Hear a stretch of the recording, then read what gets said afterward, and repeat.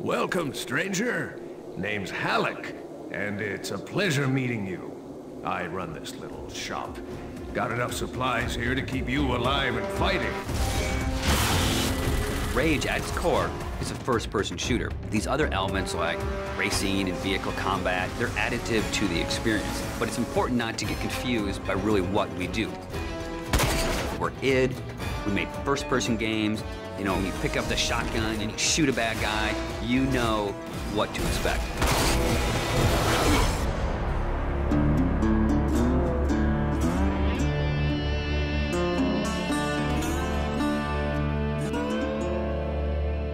So in Rage, what we've tried to do is in every new environment that you enter, we give you a new weapon or a new ammo type or a new engineering item to keep the experience fresh. And as you play through the game, your arsenal grows and grows.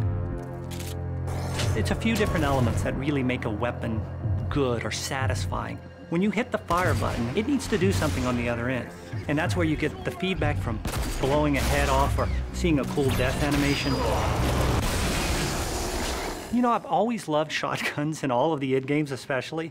I think if we didn't have a shotgun, a lot of fans would be upset. But the crossbow, because it's so different and so new, it's almost like this utility weapon. My favorite weapon in Rage is the wing stick. Let me guess.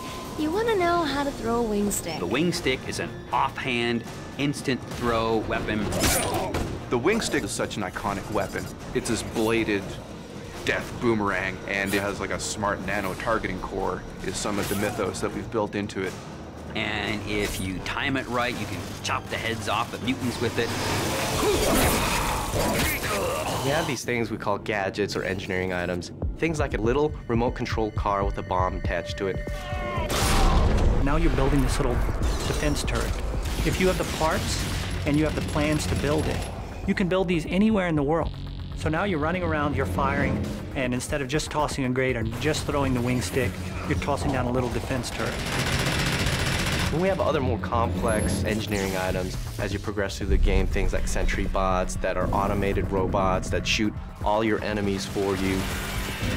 If you utilize some of the other gadgetry items, you can make it a thinking man's game. But it doesn't stray too far from our core mechanics. It's one button. It all follows the same principle.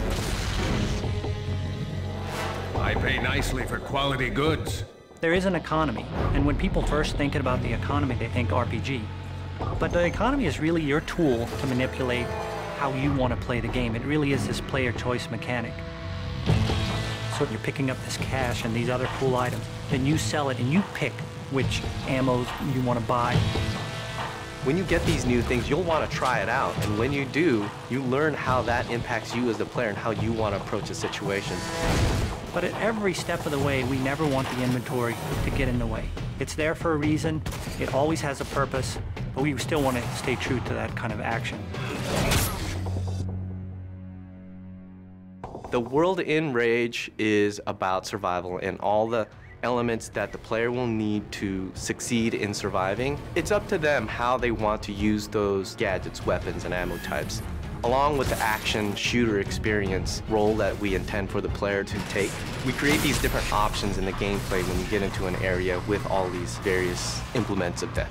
Or, you know, you may not want to have any strategy. You just may want to kick in the door, pull out your big shotgun, and start blasting away at the bad guys.